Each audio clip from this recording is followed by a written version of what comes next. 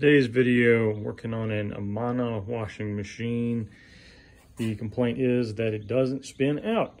First thing I'm going to do is look at the handy dandy service technician sheet, which on this model is going to be found behind the console here. I have the backing plate off, so I found it right here. I'm going to see if we can retrieve some codes that are stored in the circuit board. So just spin it counterclockwise, a few clicks, and then you're going to go 1, 2, 3 right, 1 left, 1 right. And if you don't get it the first time, it's okay. A couple clicks back to reset it. 1, 2, 3, 1, 2. And if you get this, that means you did it right. So from here, click it clockwise again until we get on cycle complete. And we're gonna hit start, and we're gonna get into the retrieve errors mode. So the blinking sensing field means nothing. And what these lights mean is that I'm getting a F7E1 code, basket speed fault.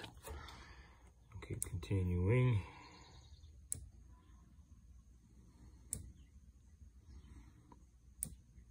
So that is it. That is the only code showing up.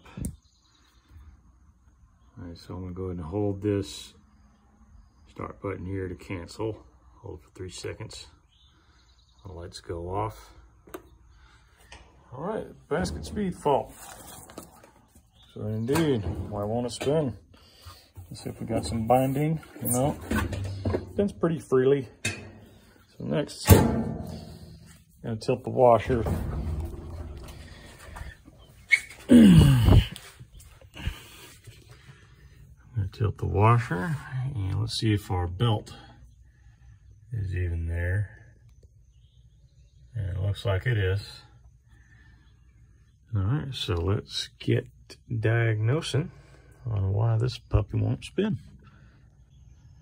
Okay, so what I'm gonna do now is I'm gonna take off this guard right here. I'm gonna use a 5/16 nut driver. It's just 2 screws holding this guard up here.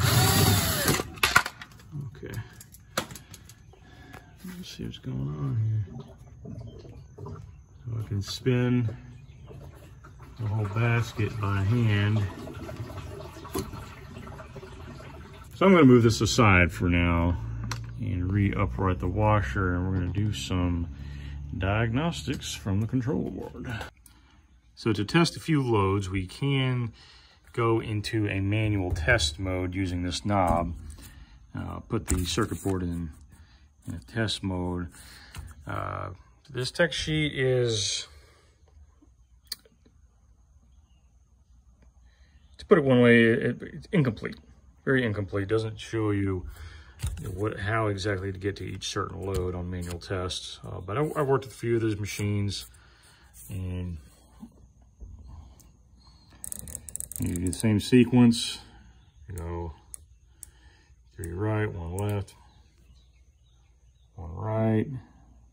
You get this, good. And here's our manual test mode with it. You have the spin and the cycle complete. We'll go into that. And first thing, should be able to lock your lid. And that way a lot of the rest of the stuff will work for you. So what I'm gonna do is go to what I think is a spin or a shift cycle. I guess that's the drain.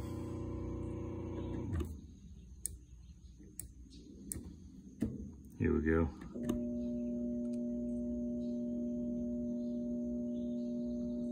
It doesn't seem to be doing much of anything.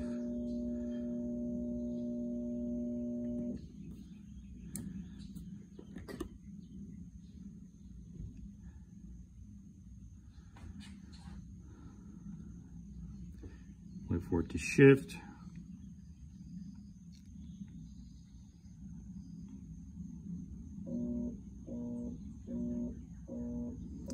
Sounds like the motor's trying to agitate. Nothing's happening. Took the washer back and nothing's happening. Right now this motor should be, spinning this clutch left and right as it agitates. So I'm gonna try to flick it into action there, which I shouldn't have to do. We got a motor starting problem. Here's the LEDs for the spin cycle. The motor's running, nothing's happening. Get out the multimeter and start to do some voltage checks. I have my back panel off, access to my circuit board right here.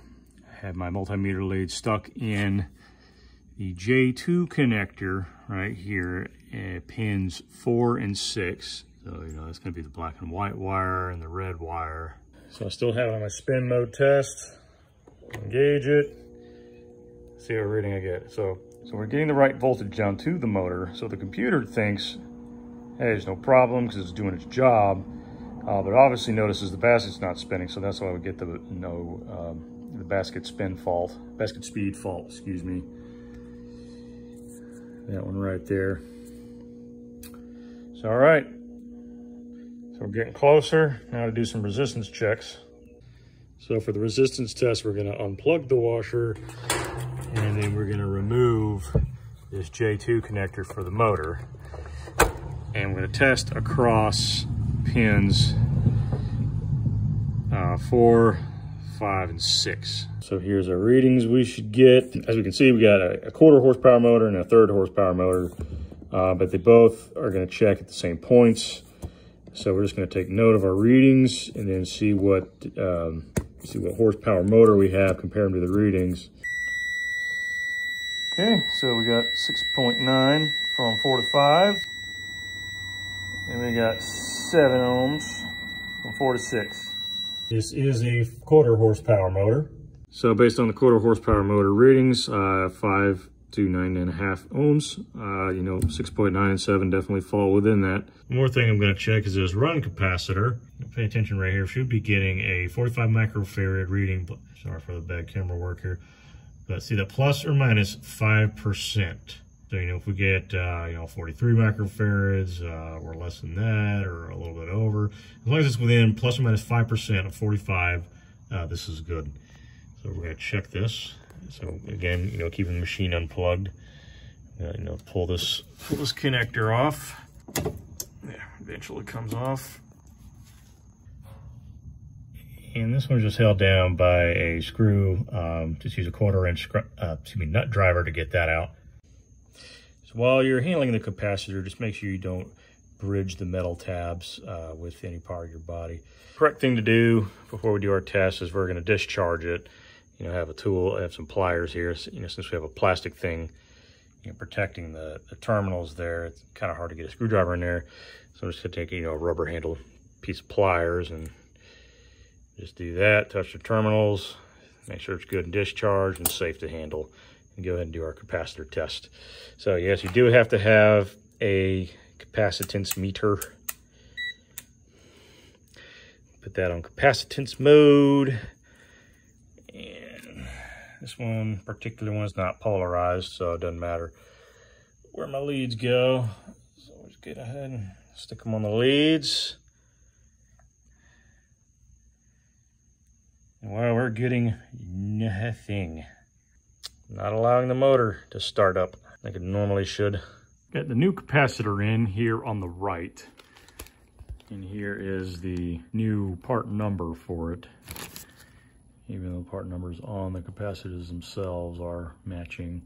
I just want to show you guys the readings of the new one versus the old one. So on the old one, I have my meter set on capacitance. On the old one, I have my meters leads hooked on the old one. My capacitance meter won't move. If I put my leads on the new one, we're getting a reading. Spot on, 45 microfarads. And we can also do, even though this isn't really conclusive, but on a blown capacitor, it'll definitely be obvious. We can set it on resistance mode. And again, putting the meter leads on the old one, I'm getting completely open. On a new capacitor, you get something and it should continue rising. All right, if we slap this in, should get a working washer. Got the new capacitor in, let's test it out.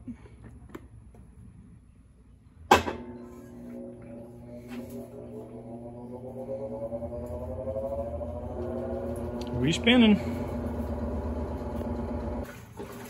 I have it fully reassembled. I have the water hooked up to it on a rinse and spin mode. You can hear it agitating. The new capacitor is doing its thing. Washer is able to operate properly. Please don't forget to like and subscribe.